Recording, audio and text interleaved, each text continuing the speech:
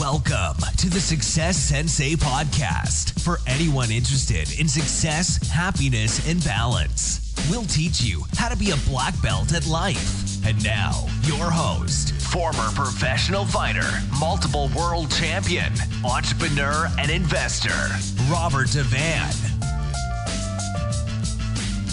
Bowing in. This is Roundhouse Rob, the Success Sensei, helping you to win at life one kick and punch at a time. Episode 271. What's your exit strategy? It's the Success Sensei podcast main event. What's your exit strategy? Everyone's very excited about starting something new, starting a plan, starting a goal, starting a new adventure, starting a new business, starting something. A lot of energy can be expanded on starting something, and it's often neglected to think and to strategize about the exit. The ending of something or the exit can be actually extremely positive. It's not necessarily, something that's negative. It could be the fruition of a long time and a lot of effort, a lot of finance, a lot of time, a lot of energy.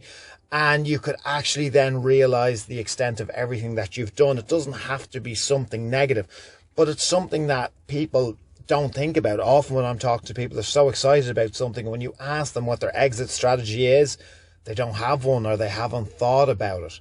So, to start something, it's a hell of a lot easier if you know what you want your exit strategy to be.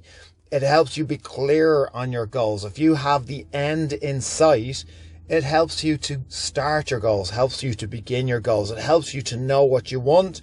It helps you to know what you don't want. It is possible to start stuff without having a proper exit strategy and therefore not realize the full potential of what it is you're working on. So, for example, it could be to do with taxation. You might not have your exit strategy very clear, and therefore you don't maximize your tax advantages. And I mean, that's a grave error, especially if it comes to investing and business. So starting something with having that kind of a clear vision of how at the end of it, and everything must come to an end. That's not necessarily a negative, as I've said, especially if it's something that you only realize the true success or the true financial gain of that venture when it comes to an end. It's not necessarily a negative thing, but you need to imagine how at that exit strategy, how should it be? How do you imagine it will be? What's the best way for you to exit? How should your life be? How should your life look? And I suppose there's three main things. When we're talking about exit strategy, I am actually talking about three main areas. And that is investing, our business, and the big one that everyone likes to bury their head in the sand, life, your life exit strategy. So let's go with the easiest ones first, right? Investing. So many people have different exit strategies. Their exit strategy may be, to focus on cash flow. Their exit strategy may be, appreciation and sell. We're talking in generalized terms, because when I say investing, I don't know what it is that you're thinking of. It could be stocks, it could be shares, it could be commodities, it could be cryptocurrencies, it could be property, it could be many different things and many different vehicles. But generally there's two kind of ways that people expect to exit, and an exit being, you might have a long-term hold strategy, a hodl strategy, hold on for dear life, and that's fine. That could be an exit strategy with a plan of passing on that asset to somebody. That's fine. Or it could be to sell and have a capital gain. Some investments are short term, some investments are long term. As I said, some investments are to do with cash flow and some investments are to do with capital appreciation. So that's up to you, but you definitely need to have the end in sight. If you're starting something, if you're going to tie up finances in an investment, you need to know how are you going to exit that investment. What is the end result? What is it that you want? Because that can shape the type of investment that would best suit you right now as to what your exit strategy is. Now, business is exactly the same thing. Your job could be a means to an end. You might need an exit strategy for your job. If you have your own business, what is the plan of your business to build up a generational business that can be handed down from family member to family member to build up a business that you hope someone is going to buy you out of.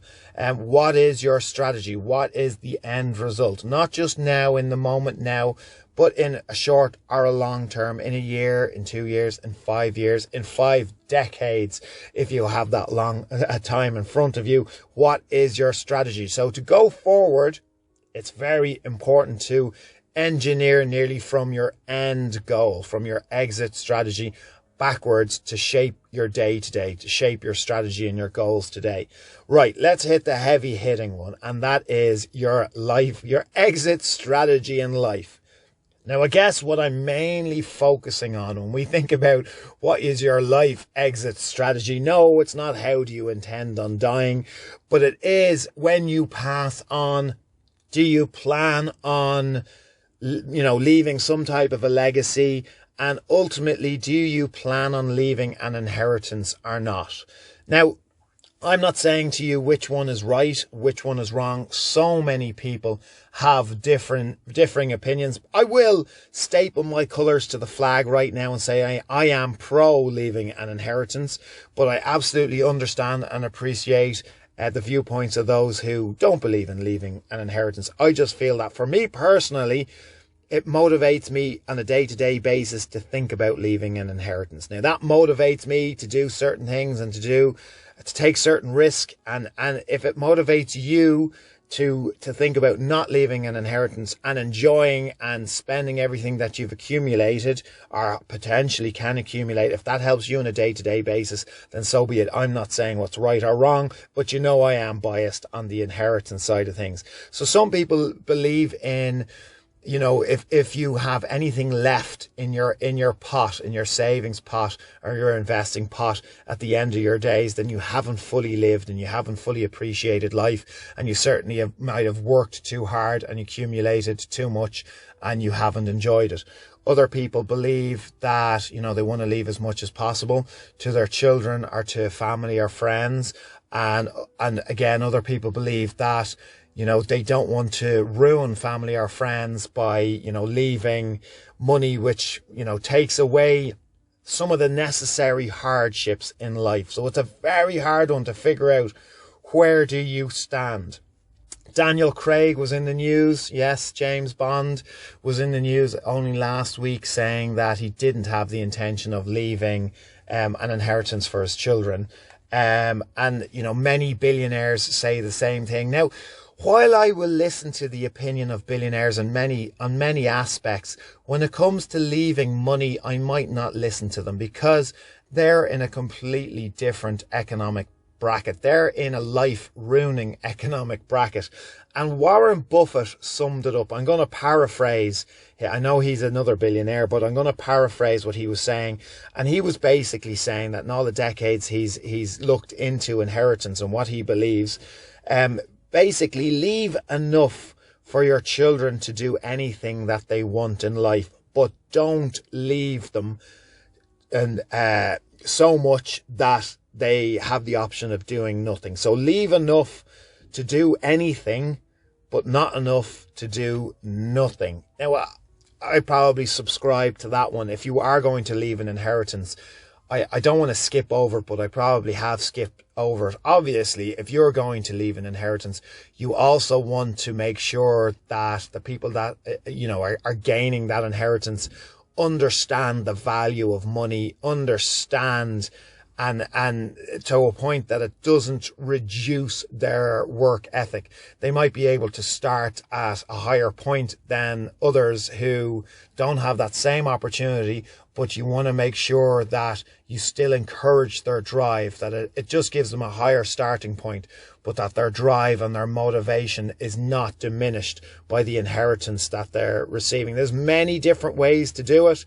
It's up to you, me, and all of us to figure out ourselves the best way to do that or not. But you need to figure out for yourself, what life do you envision for yourself, and after you're gone, for those around you that you could potentially be affecting. What do you want at the end? This should help determine your starting point. And then you can vary and change as necessary depending on your exit strategy, the amount and the type of time you need to utilize, energy, your finances that are required. So I hope that's given you again something to think about, where you stand, or how you're going forward, or whatever research you need to do, or whatever planning you need to do to, capitalize on what exactly your goals are, to help you really reaffirm what your exit strategy in every aspect of your life, investing, business, or just life in general, your exit strategy at that end point. So if all I've done is given you something to think about, is to stimulate your synapses, to have them firing, or to make you eager to search for additional information, then I'm happy with that. Thank you for listening. I'm Roundhouse Rob, the Success Sensei. Life is a fight you can enjoy and win. Bowing out. This has been the Success Sensei, fighting the winning fight. So add us, subscribe, like, and comment. Keep those hands up and keep moving forward.